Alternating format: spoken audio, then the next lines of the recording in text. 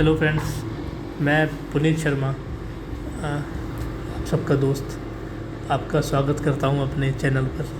और आज मैं एक ऐसे जनरल टॉपिक पर आप लोगों के साथ अपना एक्सपीरियंस शेयर करना चाहता हूं, जिसमें नॉर्मल जब हम अपना घर बनाते हैं तो कई बार कन्फ्यूजन हो जाती है, हमें समझ नहीं आ पाता कि हम किस तरह से लेआउट करें। मैं आज बात कर रहा हूँ टॉयलेट्स की, जो कि आजकल बड़ा चर्चित टॉपिक है, आप जानते हैं। और अपने घर में तो इसका एक विशेष ही महत्व होता है। बात करते हैं, एक स्टैंडर्ड साइज़ टॉयलेट लेते हैं, जैसे कि बेडरूम्स के साथ अटैच टॉयलेट होता है, या होटल्स के रूम में भी आपने देखा होंगे इसी तरह के टॉयलेट्स होते हैं। तो ये एक स्टैंडर्ड साइज़ मैं कंसिडर करता हूँ 5.5 फीट बाई 9 फीट, 9 फीट की लंबाई और 5.5 फीट की चौड़ाई।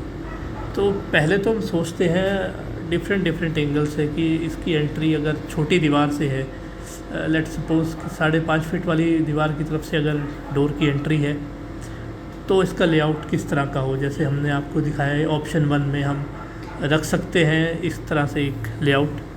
फिर एक सेकंड ऑप्शन बनता है इसका, अगर यही चीज़ लेफ़्ट हो जाए, मतलब अब मिरर हो जाए इसकी एंट्री, तो उस केस में क्या होगा। तो उस केस में भी इसका जो लेआउट है वो मिरर ही हो जाएगा। और अब हम बात करते हैं तीसरे तरह की लेआउट की, जिसमें डोर की एंट्री छोटी दीवार से ना होकर के 9 फीट की दीवार के सेंटर में से है। तो इसका लेआउट क्या होना चाहिए, ये एक थर्ड ऑप्शन मैंने आपको दिखाया। और इसी तरह से इसका ऑप्शन 4 भी है कि अगर लंबी दीवार के कोने से टॉयलेट की एंट्री हो तो लेआउट किस तरह का होगा। अब मैं आपको इसको एक्सप्लेनेशन देता हूँ कि ऐसा क्यों है, ऐसा क्यों होता है। आप देखिए, जब ये टॉयलेट सेंटर से डोर हो, एक तरफ बड़ा बेसिन हो, सामने की तरफ WC, राइट में शावर हो, तो कैसी अपीयरेंस देता है, कितना अच्छा लगता है। पूरा एक जैसे टोन में हो, कितना होमोजीनियस कलर, मतलब एक वाइड एंगल मिलता है। आप ये देखिए, अगर छोटी दरवाजे की तरफ से एंट्री है तो क्या दीवार की तरफ से एंट्री होती है तो किस तरह की लुक निकल के आती है। ये कुछ ऑप्शंस मैंने आपके लिए बनाए हैं। अब मैं बात करता हूँ आपसे कि ऐसा लेआउट्स जो बनाए, इनका रीज़न क्या है, कारण क्या है, और आप कई बार किस तरह की गलतियाँ कर देते हैं अपना टॉयलेट डिज़ाइन करने में। देखिए, टॉयलेट के 2 तरह के हिस्से होते हैं। टॉयलेट को 2 पार्ट्स में कंसिडर किया जाता है, जैसे कि एक वेट जोन और एक ड्राई जोन, या ड्राई एरिया, वेट एरिया भी कुछ लोग इसको बोलते हैं, जिसका नाम से ही पता चलता है कि वेट एरिया मतलब गीला पार्ट और ड्राई जोन मतलब सूखा पार्ट। तो दोस्तों, हम बात कर रहे थे ड्राई और वेट एरिया की। शावर एरिया को वेट एरिया में कंसिडर किया जाता है, वॉश बेसिन और आपका WC, ये पार्ट ड्राई एरिया में आता है। ये जनरली दिन में ज़्यादातर इस्तेमाल भी यही दोनों पार्ट होते हैं, इसलिए इनको फ्रंट में रख लिया जाता है कि अगर कोई भी विजिटर आता है, अपना यूज़र आता है, वो आके इसी पार्ट को यूज़ किया और यहीं से निकल के चला गया। इसलिए भी प्राथमिकता प्राइमरी तौर पर इन दोनों पार्ट्स को ही, इन दोनों बड़े एसेंशियल कंपोनेंट्स हैं टॉयलेट के, WC और आपका वॉश बेसिन, तो इनको शुरुआत में इसीलिए ही रखा जाता है। आपका जो शावर एरिया है वो दिन में 1 बार 2 बार इस्तेमाल होता है, लेकिन ये दोनों कंटिन्यूसली बार बार इस्तेमाल होने वाली चीज़ें हैं, इसलिए इनको फ्रंट पार्ट में ही रखा जाए तो अच्छा रहता है। जैसे इस ऑप्शन में हमने रखा हुआ है, हमने आप देख सकते हैं कि ये WC है, ये हमारी वॉश बेसिन है, और फिर हमने एक टफन ग्लास का पार्टीशन दिखा करके आपको शावर एरिया दिखाया। शावर एरिया के बीच में ये क्यूबिकल लगाने का कारण है कि इसका पानी इस एरिया में ना आए। एक तो ग्लास उसको प्रोटेक्ट करेगा आने से, वर्टिकल ड्रॉप्स को, और दूसरा आपका एक फ्लोर डिफरेंस भी रखा जाता है इस एरिया के और इसके बीच में, सो दैट कि आपका जो पानी का फ्लोर डिफरेंस होने की वजह से ये पानी इसमें ट्रैवल ना करे। अब मैं आपको थोड़ा दिखाना चाहता हूँ, आप देखिए,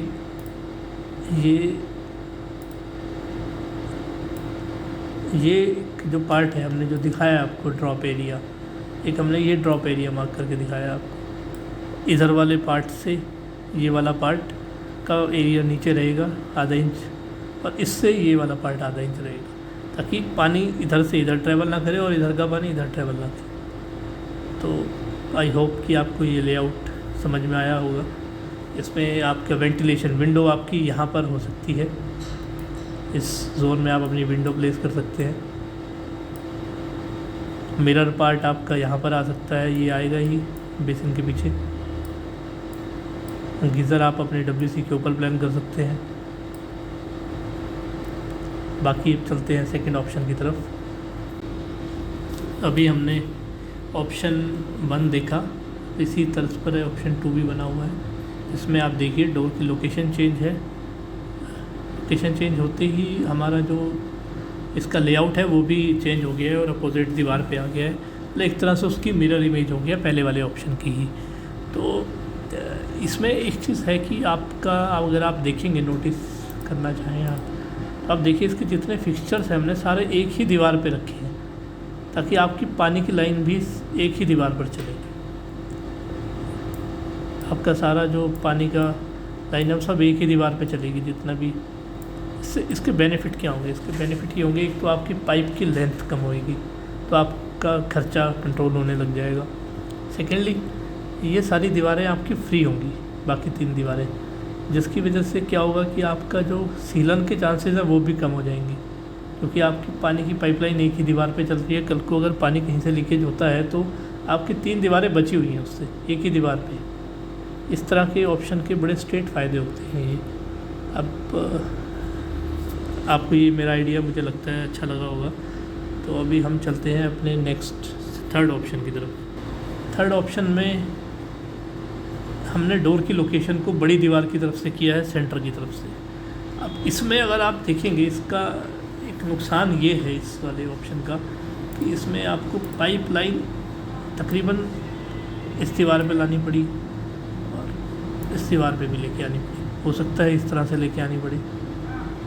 तो ये आपके यहाँ इस दीवार पर अगर आपका कोई रूम है यहाँ पर या यहाँ कोई रूम है, तो आपका सीलन का जो चांस है वो इस दोनों तरफ भी बढ़ जाएगा और आपकी पाइप की लेंथ बढ़ रही है। कॉस्ट इफ़ेक्टिव ये डिज़ाइन नहीं है। कॉस्ट इफ़ेक्टिव वही वाला है आपका ऑप्शन 1 और 2 जो थे। इनमें ये 2-3 चीज़ें हैं जो देखने की है, आप देख सकते हैं। लेकिन अगर आपके पास कोई ऑप्शन नहीं है, दरवाज़ा आपको बीच में ही रखना पड़ेगा, तो इस तरह के डिज़ाइंस, इस तरह का लेआउट आपके लिए बड़ा बेनिफिशियल है, देखने में अच्छा भी लगता है। कई लोग चाहते हैं कि उनके WC दरवाजे के सामने ना आए, इसलिए हमने WC की जगह मतलब लेफ़्ट में रखी है और डोर के एग्जैक्ट सामने आपका बेसिन रखा है, राइट साइड में आपका शावर है। इसमें वेंटिलेशन का ऑप्शन कहीं से भी हो सकता है, मतलब अगर आपकी साइड पे बेटर तो यही है कि आपका जो वेंट का ऑप्शन है वो यहाँ रहे, मिरर आपका WC के ऊपर आए, गीज़र इधर आए, या अगर कहीं किसी सिचुएशन में यहाँ पे भी वेंटिलेशन आ सकता है। अगर कहीं किसी सिचुएशन में यहाँ से ओपन है तो आप इधर भी प्लेस कर सकते हैं वेंटिलेशन। तो बाकी कनेक्टिविटी, मेन एंट्रेंस आपकी टॉयलेट की यहीं पर है, और उनकी तरह बाकी 2 ऑप्शंस की तरह आपको फ्लोर ड्रॉप भी इसमें हमने आपको मार्क किए हैं। चलिए चलते हैं 4th ऑप्शन की तरफ। 4th ऑप्शन में आपका जो एंट्री है टॉयलेट की वो लंबी दीवार के कोने से है, और इसमें भी हमने सारे फिक्चर्स आपके एक ही दीवार पे रखे हैं। सब कुछ एक ही दीवार पे, पूरा पाइप की लाइन है। आपकी WC रखी है ताकि डोर के सामने आपको WC दिखाई ना दे, इसलिए डोर के एग्जैक्ट सामने वॉश बेसिन प्लान किया है, बीच में WC, और फिर आपका शावर, टफन ग्लास, आधा इंच के फ्लोर ड्रॉप्स। तो ये 4 ऑप्शन जो मैंने आपको दिखाए हैं एक स्टैंडर्ड 5.5 बाई 9 फीट के टॉयलेट के लिए बहुत अच्छे हैं। आप इस साइज़ को 8 फीट में भी ख़त्म कर सकते हैं। अगर आपके टॉयलेट का साइज़ 8 फीट बाई 5.5 फीट है तब भी आप कर सकते हैं। इसमें आपको बस मैनेज इतना करना है कि हमने जैसे आपका WC 3 फीट में लिया है, हमने 3 फीट में आपका वॉश बेसिन लिया और 3 फीट में ही आपका शावर पैनल लिया। तो आप इसमें आप शावर पैनल की जगह को 2.5 फीट में करिए, आप अपना काउंटर वॉश बेसिन का जो है वो 2 फीट में करिए, और 2 फीट ये और 2.5 फीट ये आपका 4.5 फीट, और रेस्ट जो आपका स्पेस बचता है अगर 8 फीट का है या 7.5 फीट का है तो 3 फीट का आप अपना WC डाल दीजिए। तो इस तरह के लेआउट को आप 8 फीट में या 7.5 फीट में भी कंपोज कर सकते हैं। तो आई होप कि आपको ये डिज़ाइन लेआउट अच्छे लगे होंगे। आपकी प्रतिक्रिया, अपना रिएक्शन बताइएगा ज़रूर। Thank you so much video देखने के लिए। चलते चलते सब्सक्राइब का बटन भी दबा दीजिए, बेल आइकन तो आपकी इच्छा है। Thank you so much.